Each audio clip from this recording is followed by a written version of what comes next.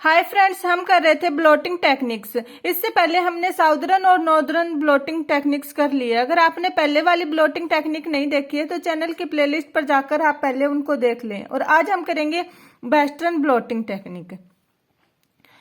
Western blotting technique में क्या होता है, use to detect specific protein. इसमें हम स्पेसिफिक प्रोटीन मॉलिक्यूल्स का डिटेक्शन करते हैं। और साउदर्न ब्लोटिंग में हम डीएनए का करते हैं और नॉर्दर्न ब्लोटिंग में आरएनए का करते हैं डिटेक्शन। ये कैसे काम करते हैं देखते हैं। सबसे पहले हम एक सैंपल लेते हैं, उसमें से हम प्रोटीन का एक्सट्रैक्शन करते हैं, मतलब उसमें से हम प्रोटीन को सेपरेट कर लेते हैं by the help of instrument centrifuges. उसकी हेल्प से हम प्रोटीन मॉलिक्यूल का सेपरेशन कर लेते हैं। फिर इसके बाद में जो मॉलिक्यूल सेपरेट हुए हैं उनका इलेक्ट्रोफोरेसिस करते हैं।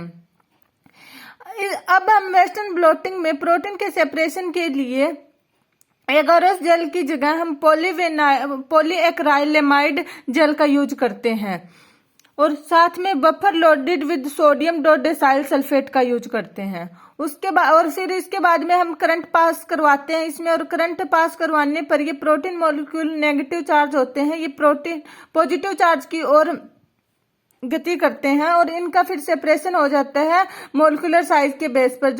जिसका साइज बड़ा होगा वो स्लो मूवमेंट करेगा और जिसका साइज छोटा होगा वो फास्ट मूवमेंट करके पॉजिटिव चार्ज की तरफ आ जाएगा।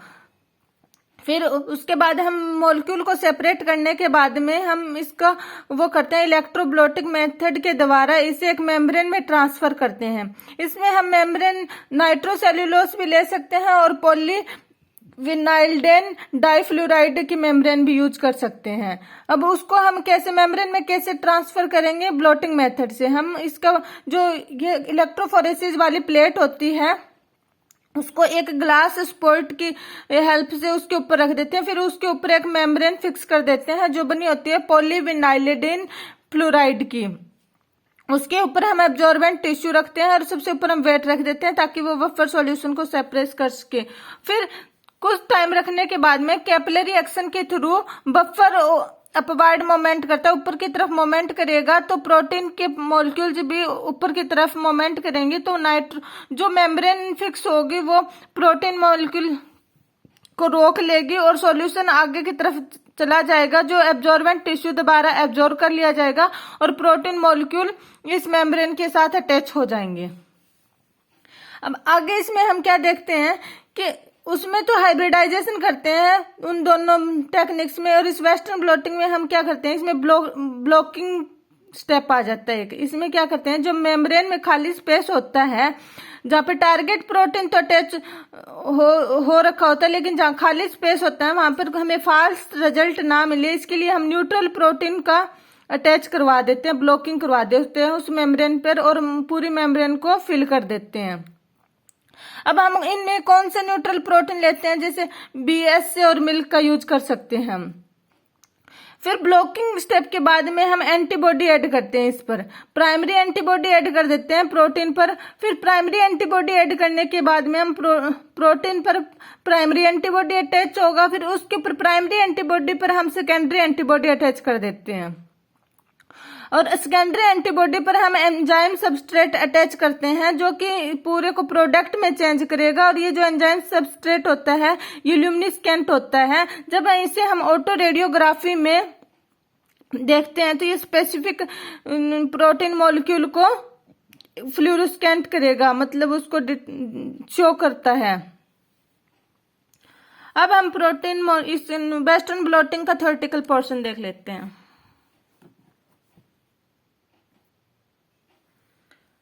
वेस्टर्न ब्लोटिंग को सबसे पहले किसने डिस्कवर्ड किया था, नील बर्नेट ने। और इसका यूज किस लिए करते हैं, हम डिटेक्ट स्पेसिफिक प्रोटीन मॉलिक्यूल के लिए। अब स्टेप ऑफ वेस्टर्न ब्लोटिंग देखते हैं, इसमें कौन कौन सा स्टेप होगा। सबसे पहले में एक्सट्रैक्शन करते हैं, फिर इलेक्ट्रोफोरेसिस, उसके बाद में इलेक्ट्रोब्लोटिंग मेथड, उसके बाद में ब्लॉकिंग, उसके बाद में हम एंटीबॉडी का अटैच करवाते हैं और फिर ऑटो रेडियोग्राफी द्वारा हम देखते हैं।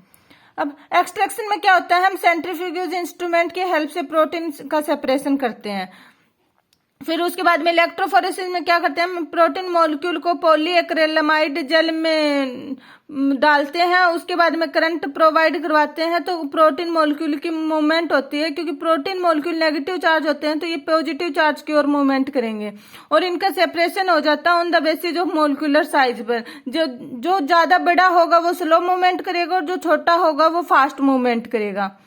फिर इसके बाद में हम इलेक्ट्रोब्लोटिंग मेथड, इसमें क्या करते हैं, हम प्रोटीन मॉलिक्यूल को मेम्ब्रेन में ट्रांसफर करते हैं। मेम्ब्रेन कौन सी होगी, चाहे नाइट्रोसेल्यूलोज की भी ले सकते हैं और पॉलीविनाइलिडीन डाइफ्लूराइड की भी हम मेम्ब्रेन ले सकते हैं। फिर इसमें नेक्स्ट स्टेप आता है ब्लॉकिंग का। ब्लॉकिंग में हम क्या करते हैं, जब मेम्ब्रेन पे जो खाली स्पेस बचा होगा उसमें हम दूसरे न्यूट्रल प्रोटीन अटैच करवा देते हैं और टारगेट प्रोटीन तो इसमें अटैच होता ही है, लेकिन खाली स्पेस में हमें न्यूट्रल प्रोटीन को अटैच करवा देते हैं। फिर और इसमें कौन से न्यूट्रल प्रोटीन का यूज करेंगे, BSA का और मिल्क का। इसमें 3 से 5% तक बोमाइन, सेरम, एल्ब्यूमिन लेंगे या फिर नॉन फैट ड्राई मिल्क ले लेते हैं इन ट्रिस बफर्ड सेलाइन सॉल्यूशन में। उसके बाद नेक्स्ट स्टेप आता है एडिंग प्राइमरी एंटीबॉडी। फिर हम ना प्रोटीन जो मेम्ब्रेन होती है उसमें जो प्रोटीन मॉलिक्यूल होते हैं उन पर हम प्राइमरी एंटीबॉडी का अटैच करवाते हैं। उसके बाद में स्टेप आता है सेकेंडरी एंटीबॉडी का अटैचमेंट का। प्राइमरी एंटीबॉडी पर हम सेकेंडरी एंटीबॉडी का अटैच करवाते हैं जिस पर एंजाइम सबस्ट्रेट लगा होता है, उसका नाम होता है HRP। उसकी फुल फॉर्म क्या होगी, हॉर्स रेडिस प्रोक्सीडेज। उसके बाद में हम इस पर जो सबस्ट्रेट लगा होता है वो क्या करता है, प्रोटीन मॉलिक्यूल को ल्यूमिनेसेंट बनाता है। जब हम इसको ऑटो रेडियोग्राफी में देखते